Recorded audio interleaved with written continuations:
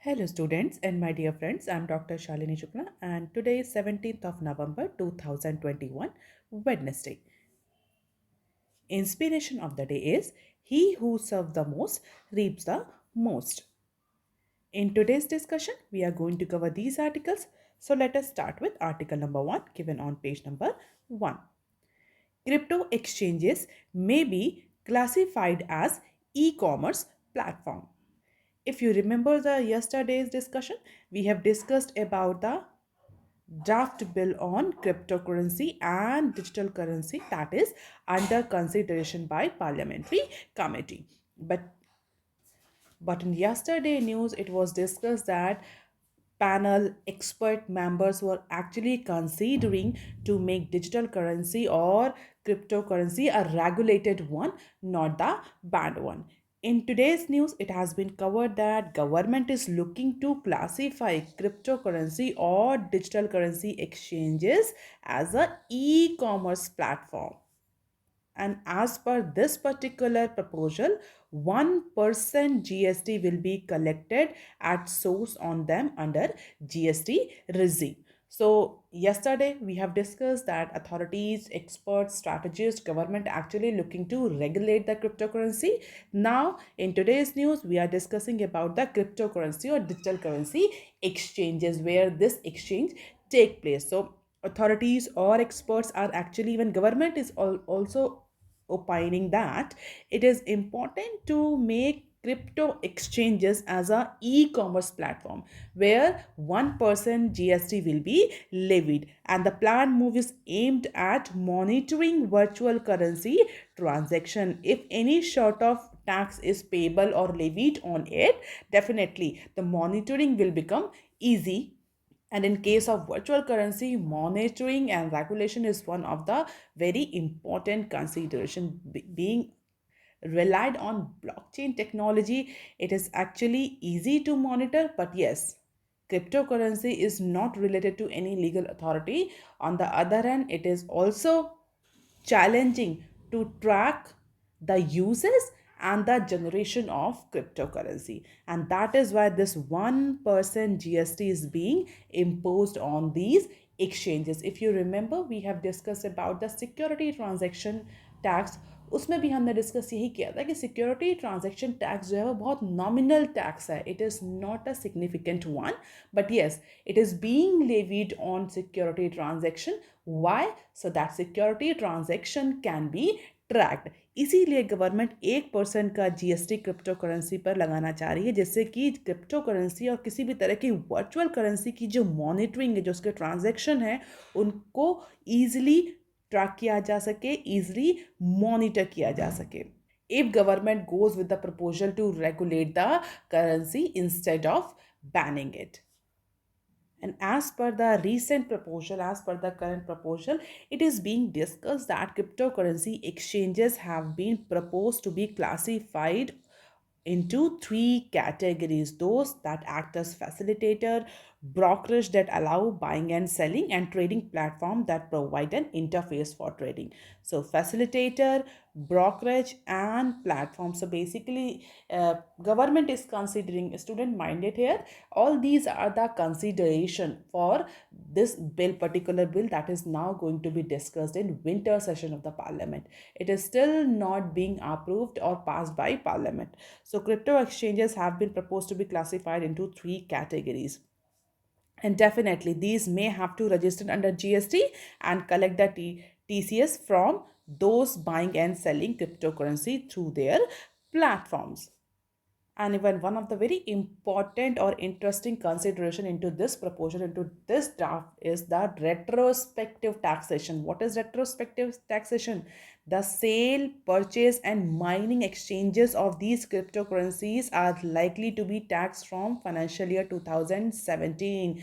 That is by using the data provided by Income Tax Department as well as through other sourcing authorities or exchanges. So there are chances, जो proposal अभी discuss हो रहा है उसमें इस बात के चांसेस हैं कि जो ये टैक्स लगाया जाएगा, जीएसटी या किसी भी तरह का टैक्स लगाया जाएगा, TDS, that will be applicable since financial year 2017 on the basis of gain. हालांकि अभी इन सारे प्रपोजल्स पर डिस्कशन चल रहा है कि जीएसटी किस तरह से इम्पोज किया जाए। Discussion at the finance ministry have included imposing GST on purchase, sale, exchange, transfer, supply, as well as storage of cryptocurrency at 18%.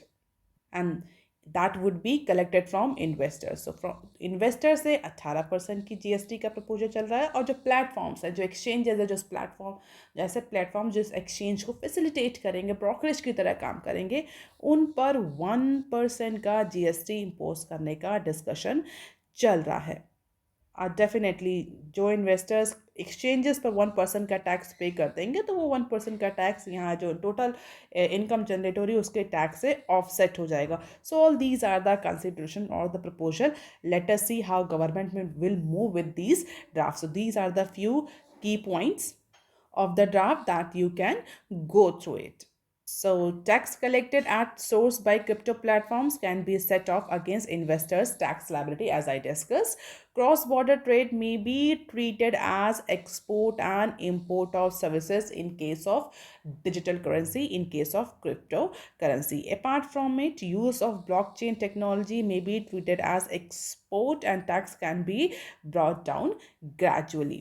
So there are a lot of consideration that government is considering or pondering over in order to make an appropriate legal framework for digital currency. And more or less it is clear that government is going to regulate the cryptocurrency or digital currency instead of banning it. इसी के अलावा एक और छोटी सी news दी हुई है इसी particular page पर।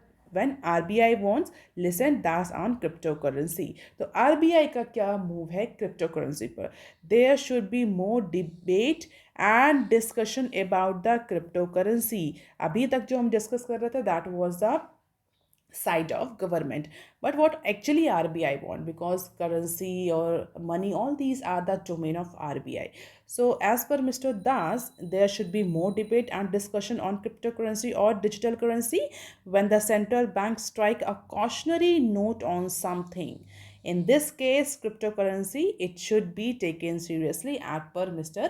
शक्तिकांता दास। तो उनके कुछ अपने कंसिडरेशन हैं, कुछ पॉइंट है आरबीआई के जिस पर RBI want more deliberation, more discussion and more debate. Let us see how government will take this particular proposal, or government will take this as an important recommendation or suggestion, or just do whatever has been decided or whatever is going to be decided in parliamentary committee meeting.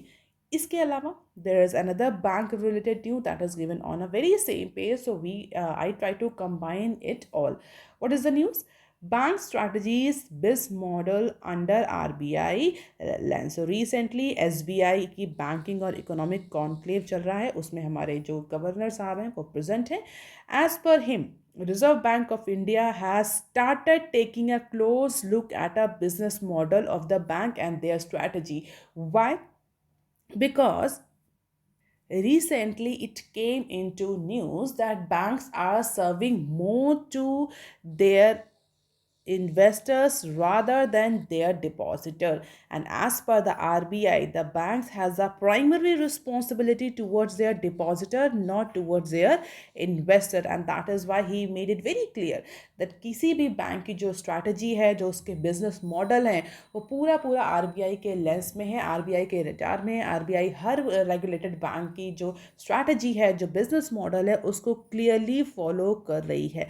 तो state bank of India की banking and economic conclave की meeting में शक्तिकांता दास ने ये RBI के side से ये point of view रखा और क्लियरली मेंशन किया कि जितने भी कॉमर्शियल बैंक्स हैं और या पब्लिक सेक्टर अंडरटेकिंग्स हैं, बैंकिंग अंडरटेकिंग्स, उनसे क्लियरली एक्सपेक्ट किया जाता है कि जो भी डिपॉजिटर्स का मनी है, जो भी कैपिटल है, उसको एफिशिएंटली यूज़ करें।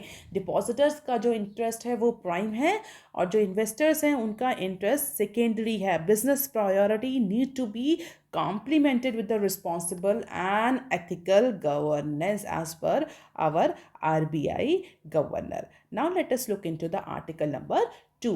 LPG subsidy burden shift may help meets estimates. We all know that central government provides subsidy on cooking gas, and for that there is always an allocation in every budget or every financial year budget. This news basically covers about the sufficiency of allocated budget for cooking gas subsidy. We all know that the prices of crude oil and LPG is rising significantly even at a global platform. और अगर हम price की बात करें, if we take the average price of LPG, so the average price of LPG in international market in quarter of April and October 2021 is 52.49% higher than the last year full average. इसका मतलब अप्रैल से लेकर अक्टूबर तक का अगर LPG price का average निकाला जाए तो वो पिछले साल के फुल एवरेज से 52% तक ज़्यादा है। इट मीन्स कि अभी पूरा साल ख़त्म भी नहीं हुआ। अगर इस फाइनेंशियल ईयर की बात करें तो this financial year still at its quarter third, but जो एवरेज प्राइस है एलपीजी का वो 52.49% तक बढ़ गया है in comparison to the last और full year average of financial year 21, that was the pandemic year. तो इसीलिए जो बजट एलोकेट किया गया था इस फाइनेंशियल ईयर में, इन फाइनेंशियल ईयर 22, उस बजट पर जो एलोकेशन किया गया था एलपीजी के लिए, उसको एडर करना बहुत ज़रूरी था। क्यों? क्योंकि centre is bearing no subsidy on domestic cooking gas and looking to forward this burden of increase price to the OMCs. Government ने हाथ खड़े कर दिया कि अब जिस तरह से प्राइस बढ़ रहे हैं एलपीजी के इंटरनेशनल मार्केट में, उसको देखते हुए अब गवर्नमेंट बहुत ज़्यादा सब्सिडी प्रोवाइड नहीं करेगी for domestic consumption, for domestic cooking gas.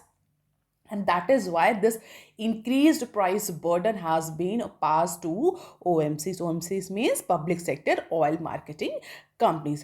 अगर हम बजटेड एस्टिमेट्स की बात करें तो कितना एस्टिमेट और कितना बजटरी एलोकेशन हुआ था for this financial year to cooking gas? It was approximately 14,000 crore was allocated to this cooking gas subsidy head. And as per the recent data, India's annual subsidy on cooking gas is expected to remain within the budgetary estimate. और उसका सीधा सीधा reason ये government ने कह दिया है कि जो प्राइस बढ़ रहे हैं इंटरनेशनल मार्केट में, वो प्राइस का बर्डन अब OMCs बेयर करें. While subsidy has been stopped, government has reverted to regulated price with under recoveries being borne by OMCs. तो गवर्नमेंट ने क्लियर कर दिया कि भाई हम इससे ज़्यादा सब्सिडी नहीं प्रोवाइड करेंगे. अब जो भी प्राइस बर्डन आ रहा है, either you shift it to the consumer or OMCs. The difference is that while these under recoveries were earlier reimbursed by the government, and there is no plan for the government to do these reimbursement for this financial year. तो इसका क्या result पड़ रहा है? Definitely government ने जब बोल दिया कि वो सब्सिडी नहीं देगी, तो इसका सीधा सीधा फर्क पड़ रहा है OMCs के प्रॉफिट मार्जिन पर. पब्लिक सेक्टर अंडरटेकिंग की बात करें तो वो ऑलरेडी कैश शॉर्टेज या कैश क्रंच की सिचुएशन फेस कर रहे हैं बहुत सारी कंपनीज. कई के जॉइंट वेंचर्स भी जो हैं वो प्रॉपरली एग्जीक्यूटेड नहीं हो पाए. अगर आप न्यूज़ फॉलो कर रहे हो तो आपको पता भी होगा, हमने डिस्कस भी कई बार किया है. और इस पर्टिकुलर एक्शन के बाद, इस पर्टिकुलर पॉलिसी फ्रेमवर्क के बाद, डेफिनेटली जो प्रॉफिट मार्जिन है OMCs का, वो बहुत ज़्यादा प्रेशर में आ जाएगा, या हम सीधे बोल सकते हैं कम हो जाएगा. उनका प्रॉफिट या उनका जो लाभांश है वो कम हो जाएगा. And if we look into the data, the budgetary estimates include 12,000 crore that was to be transferred to the account of domestic LPG consumer, and 450 crore for additional subsidy payable to the consumer in case of northeastern region.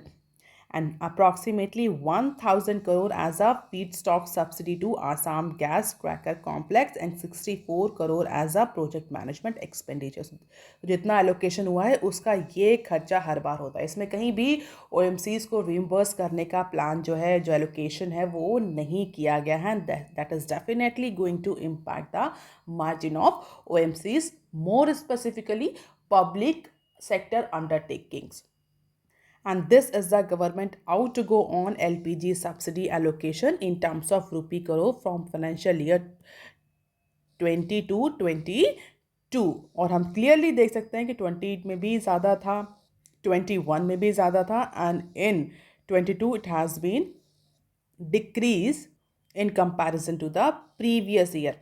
Probably reason इसका सिर्फ ये होता है, government want to reduce the expenditure amid the COVID-19 pandemic, and this is the direct benefit transfer amount for LPG subsidy in all these years and average price of LPG for that particular financially in terms of dollar per ton. तो हम देख सकते हैं जो price है LPG का वो इस साल सबसे ज़्यादा है. डेफिनेटली जो क्रूड ऑयल के प्राइसेस हों, चाहे वो एलपीजी हो, सीएनजी हो, सबके प्राइस बढ़ रहे हैं. तो इस बार का जो प्राइस है पर सिलेंडर वो सबसे ज़्यादा है, जबकि पिछले सालों में इट वाज लेस, लेकिन पिछले ईयर्स फाइनेंशियल में सब्सिडी जो थी गवर्नमेंट की, जो एलोकेशन था वो बहुत ज़्यादा था. तो डेफिनेटली गवर्नमेंट कहीं ना कहीं एक्सपेंडिचर रिड्यूस करना चाहती है रिलेटेड टू सब्सिडी, तो सब्सिडी बर्डन को कम करना चाह रही है. अब देख लेते हैं article number 3 that is given on page number 6. News and issues in India's line of sight as it eyes trade deals. This is very interesting editorial that is given on page number 6. This particular editorial is talking about the India's recent trade deal or FTA that India is going to sign with few countries. अगर नटशिल की बात करें तो इस particular editorial में या opinion में ये क्लियरली ये बात कही गई कि इंडिया जो कि अब आगे आने वाले टाइम में बहुत सारे कंट्री से ट्रेड डील साइन करने वाली है, एफटीए साइन करने वाली है, प्रेफरेंशियल ट्रेड एग्रीमेंट साइन करने वाले हैं. तो इंडिया जितने भी कंट्री से साइन करती उस पर्टिकुलर नेगोशिएशन, उस पर्टिकुलर एफटीए और पीटीए और ट्रेड डील के नेगोशिएशन के टाइम इंडिया को कुछ इम्पॉर्टेंट इश्यूज या जिसको हम बोल सकते हैं न्यू जनरेशन इश्यूज हैं, उनको डिस्कशन में या नेगोशिएशन में इन्वॉल्व करना चाहिए. क्यों? क्योंकि अब ये पहले जैसे 20 साल 10 साल 15 साल पहले जैसे जो इश्यूज थे वो अब उनका कोई रेलिवेंस नहीं रहा. Now some new generation issues has been emerge and that is very pertinent and very important for India to discuss those issues with their trading partner for signing any sort of FTA or PTA or trading deal. So as we all know that India is going to firm up trading deal with lot of developed nations like Australia, United kingdom, regional blocks, European Union. और अगर आप थोड़ा सा भी international current affairs से aware हो तो आपको पता होगा कि स्पेशली यूरोपियन यूनियन का जो हमारी डील चल रही है वो काफ़ी सालों से चल रही है और उसको फाइनलाइज होने में कुछ ऐसे ही न्यू जनरेशन इश्यूज हैं जिनका क्लैश फंस रहा है. तो ऑस्ट्रेलिया, यूके, ईयू और जो अदर रीजनल ब्लॉक्स हैं उनसे इंडिया करंटली अपनी ट्रेड डील को नेगोशिएट कर रहा है. But yes, it is a time that India should also consider the new generation issues on negotiation table. What are those new generation issues? One of the very important is data protection regulation. Data जो save करने, जो local data save करने की बात होती है, data localisation जिसको हम बोलते हैं, उस इशू को भी डिस्कस करना बहुत ज़रूरी है. क्योंकि अगर बिजनेस आ रहा है दूसरी कंट्री से तो डेटा भी जनरेट होगा. डेटा जनरेट होगा तो वो डेटा कहाँ स्टोर किया जाएगा, because somewhere it is concern with the privacy and security of country India and its consumer. तो डेटा प्रोटेक्शन रेगुलेशन को लेकर के ई कॉमर्स और इसके अलावा ecological concerns, all these are the new generation issues as per this editorial. And before going for any sort of deal, yes, India should negotiate these particular new generation issues as well. So India is yet to negotiate the pact with its trading partner on these evolving issues, since discussion between them have until now been largely focused on tariff and non-tariff barrier as well as the rule of origin. अभी तक जो trade deals होती थी उसमें focus यही होता था कि कितना आप हमें टैक्स बेनिफिट देंगे, कितना आप हमारे लिए टैरिफ लगाएंगे, कितना कम टैरिफ लगाएंगे, कैसे नॉन टैरिफ बैरियर को रिड्यूस करेंगे, कितने अमाउंट में, कितने क्वांटम में बिजनेस होगा, रूल्स क्या होंगे टैक्सेशन के। मोर और लेस इसी तरह के टॉपिक नेगोशिएट होते थे at the time of FTA, at the time of trade deal. But इस बार ऑथर का ये कहना है, और जो पर्टिकुलर ऑफिसर है जिसका एडिटोरियल है उसका भी ये कहना है कि it is no longer just a trade deal. Now we have to look in totality of the global and regional condition, और इंडिया के जो अदर कंसर्न है उन पर भी नेगोशिएट करना ज़रूरी है, ताकि बाद में डेटा प्रोटेक्शन, ई कॉमर्स और इकोलॉजिकल कंसर्न बाद में इशू जनरेट ना करें, जो कि मोस्ट ऑफ द कंपनीज के केसेस में हो रहा है इस टाइम। और सबसे ज़्यादा जो कंसर्न है वो डेटा लोकलाइजेशन को लेकर के, क्योंकि बड़ी बड़ी companies they do not want to store their India's data on Indian land. वो क्या रीज़न साइट करते हैं कि इंडिया में सिक्योरिटी नहीं है, डेटा सिक्योरिटी को लेकर के कोई लॉ नहीं है, इसलिए इंडिया में वो डेटा स्टोर नहीं करेंगे। And we all know now these days data is the new oil, और data is the new asset that companies are being used. Every new emerging technology is based on data analytics and big data analytics as well as artificial intelligence. इसके अलावा security concerns भी होते हैं, strategic concern भी होते हैं India के data localisation को लेकर के।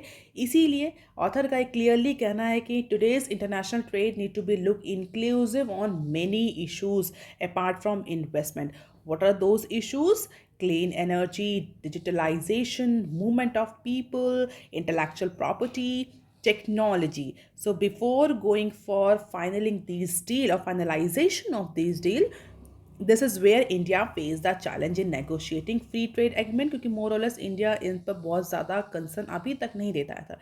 Now it is a time, that's whatever FTA, PTA you are going to sign as a country, you need to completely discuss on these complex topic. And if we talk about the trade balance of India with UAE, UK, Australia and EU, जिनके साथ हम majorly अभी discuss कर रहे हैं trade deal, कौन कौन से कंट्री हैं? UAE, UK, Australia and EU. उनके साथ हमारा क्या ट्रेड बैलेंस चल रहा है? This blue bar indicates the trade balance with UAE. This light green indicates the trade balance with UK. Yellow indicates the trade balance with Australia, and this light blue bar indicates the trade balance with European Union.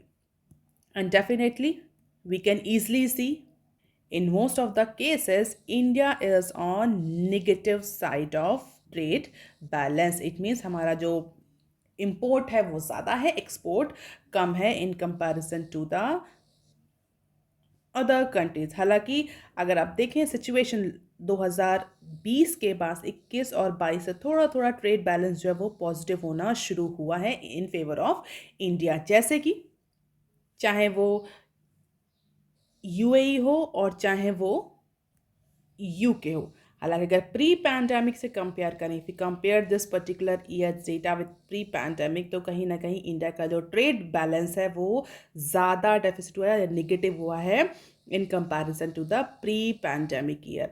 हालांकि इस particular year में pandemic थी तो हमारा जो export import था वो सभी डाउन था। बट यस, कहीं ना कहीं ईयर बाय ईयर अगर हम देखें तो इंडिया का जो ट्रेड बैलेंस है, जबकि वो पॉजिटिव साइड में होना चाहिए, India should be on positive trade balance with other countries, but ये जो है वो नेगेटिव साइड जा रहा है। And that is why it is very pertinent for India to go for trade deal with these countries. Student remember this data is in dollar billion terms. Apart from it, there is one clip that is associated with this news. What is that clip? India received record FDI in last 7 years. So India attracted record FDI. FDI stands for foreign direct investment over the last 7 years, and this trend is expected to continue. Who is saying this? This has been said by government, or we can say commerce and industry minister, Mr. Piyush Goyal. As per Mr. Piyush Goyal and as per the recent CII Ernst and Young report, India is the next global investment hotspot. We have the potential to attract approximately $120 to 160 billion FDP till FDI till financial year 2025. 5। तो ऐसा anticipate किया जा रहा है कि अगर India ने सही तरीके से पॉलिसी, पीएलआई, इस तरह की कई तरीके की पॉलिसी इंप्लीमेंट करी तो आगे आने वाले सालों में यानी फाइनेंशियल ईयर 25 तक इंडिया 160 बिलियन डॉलर तक की एफडीआई अट्रैक्ट कर सकता है, as per government and as per the recent report that is published by CII and Ernst and Young collaboration. हालांकि अगर करंट अकाउंट की बात करें, this is the capital account पे इंडिया मोर और लेस पॉजिटिव या सरप्लस के में ही रहता है, बट करंट अकाउंट की बात करें तो यहाँ क्लियरली देख चुके हैं कि ट्रेड बैलेंस स्पेशली मर्केंटाइज के केस में इंडिया जो है वो निगेटिव साइड में रहता है in comparison to the other countries, जो कि हमें क्लियरली विजिबल है, we can see from this data. हालांकि ईयू से अब हम थोड़ा सा ट्रेड सरप्लस में आ गए हैं, that is why India is giving so much importance to the trade deal with EU. EU stands for European Union. और ब्रिटेन के एग्जिट के बाद से it become desirable that India should discuss the new trade pact और new trade deal with European union.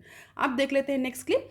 SEBI proposes tighter rules amid IPO rush. जिस तरह से IPO launch हो रहे हैं इंडिया में, उसको देखते हुए, जिस तरह से फंड रेजिंग एक्सरसाइज चल रही हैं, उसको देखते हुए सेबी ने प्रपोज किया है कि अब आईपीओ के लिए जो रूल है वो थोड़े से टाइटर कर देने चाहिए। Security and exchange board of India has propose to tweak the rules governing the IPO, bring more transparency and accountability. क्योंकि आईपीओ जिस तरह से आ रहे हैं और जिस तरह से आईपीओ को रिस्पांस मिल रहा है, जिस तरह से रिटेल इन्वेस्टर्स पार्टिसिपेट कर रहे हैं आईपीओ में, उनके राइट को सिक्योर करना अब प्राइमरी रिस्पॉन्सिबिलिटी बन गया है। वैसे भी प्राइमरी रिस्पॉन्सिबिलिटी था ही सेबी के लिए, बट येस, अब जो नंबर है इन्वेस्टर्स का, मोर स्पेसिफिकली जो रिटेल इन्वेस्टर्स हैं, स्मॉल इन्वेस्टर्स हैं, उनका पार्टिसिपेशन बढ़ चुका है स्टॉक मार्केट में।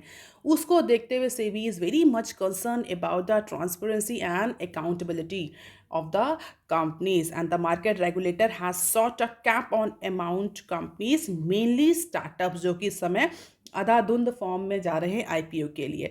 तो किसी तरह से उन पर जो रिस्पॉन्सिबिलिटी है वो अकाउंटेबिलिटी इंश्योर करी जाए। ऐसा ना हो कि इन्वेस्टर इतने ज़्यादा अमाउंट में आईपीओ आए, क्योंकि पोस्ट पैंडेमिक हम कह सकते हैं रिकवरी है, छोटे छोटे इन्वेस्टर्स अपना हार्ड अर्न मनी जो है वो इसमें इन्वेस्ट कर रहे हैं, तो किसी भी तरह की अनएथिकल करप्ट प्रैक्टिसेस में lead to the large impact on society, and that is why SEBI is considering different proposals or different rules to tighten this particular IPO process. So market regulator has sought a cap on amount of companies. कितना cap लगाना है इस पर भी discussion हो रहा है, more specifically startups पर। Apart from it can raise for inorganic growth initiative also on the quantum existing share holders can offload in IPO. तो these two new rules or tightening rule that SEBI is considering. Further, SEBI has also proposed to increase the lock-in period for anchor investors. We all have discussed what is anchor investors. Now you write on comment section and tell me and answer this question. Which types of investors are called as anchor investor? What is anchor investor? We have discussed number of time. तो lock in period भी कम से कम 30 से 90 दिन का lock in period करने जा रही, जो अभी 30 डेज है उसको बढ़ा करके 90 दिन का lock in period anchor investors के लिए होने जा रहा है। इससे भी थोड़ा सा जो इन्वेस्टर्स का राइट है वो, या इन्वेस्टर्स का जो इंटरेस्ट है वो सिक्योर रहेगा। It has also called up for monitoring the IPO proceedings. तो quantum, amount, lock in period, proceedings, inorganic growth, इन सब को मॉनिटर करने के लिए रूल को टाइट करने जा रही है SEBI. The proposal came amid a record 1 trillion plus mop up through IPO for this financial year. We all know बड़े बड़े IPO आए थे स्पेशली स्टार्टअप से। तो अब IB इज अंडर कंसर्न कि इतने बड़े IPO आ रहे हैं और रिटेल पार्टिसिपेशन बढ़ रहा है, तो कैसे इन्वेस्टर्स के राइट को सेफ रखा जाए। Now let us look into the next clip. Fitch refuses to do a Moody's on India's outlook, keep it at BBB minus. So Fitch has retain India's rating. Fitch ने जो India को जो rating दी है, India की sovereign rating, वो BBB minus है, and it is at the lowest investment grade. This is the lowest investment grade and outlook on them at negative due to the high debt and limited fiscal headroom by the central as well as the state government. तो Fitch का जो outlook है India के लिए वो negative है, या हम बोल सकते हैं लोवेस्ट ग्रेड में है। और मूडीज ने रिसेंटली इंडिया का जो आउटलुक है उसको थोड़ा सा चेंज किया है after the presentation by government officers. But yes, Fitch ने क्लियरली बोल दिया है कि Fitch is not going to change the India's outlook to stable, just like Moody has it. While Fitch has a negative outlook, all these rating agencies have given India the lowest investment grade, whether it is a Moody, S&P, or Fitch, and pegging the inflation rate around 4.5% by the end of current fiscal year. Fitch says risks are titled towards the higher inflation, and given the persistent core inflation, increasing energy prices, and rising inflation expectation, which is not going to change the India's forecast or India's outlook. And definitely, we all know that any forecast by these three agencies for any country has a very huge impact on FDI and other sort of investment.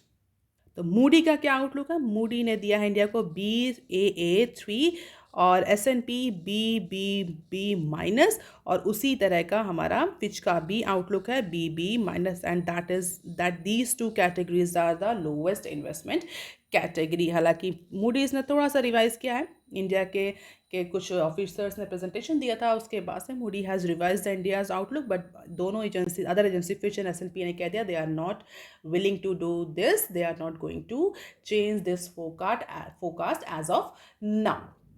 So all these news for today. If you want lecture PDF, you can join my Telegram channel. You can also follow me on other social media platforms. If you have any query and suggestion, you can write on comment section below. Please like, share and subscribe. Thank you.